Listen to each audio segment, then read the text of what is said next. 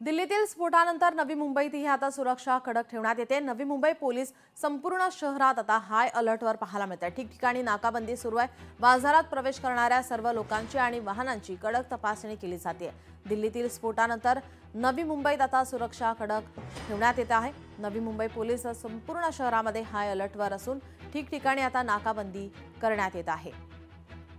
तर एपीएमसी पोलिसांनीही आता बाजार परिसरातील सुरक्षा वाढवली आहे। बाजारात प्रवेश करणाऱ्या सर्व लोकांची वाहनांची कडक तपासणी होते।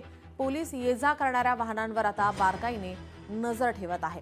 कोणतीही संशयास्पद हालचाल आढळताच तात्काळ कारवाई केली जाणार आहे। पोलिसांनी नागरिकांना सतर्क राहण्याचं आवाहन सुद्धा केलंय आणि कोणतीही संशयास्पद व्यक्ती किंवा वस्तू आढळल्यास तात्काळ पोलीस कंट्रोल रूमला कळवण्याचे आवाहन केले आहे।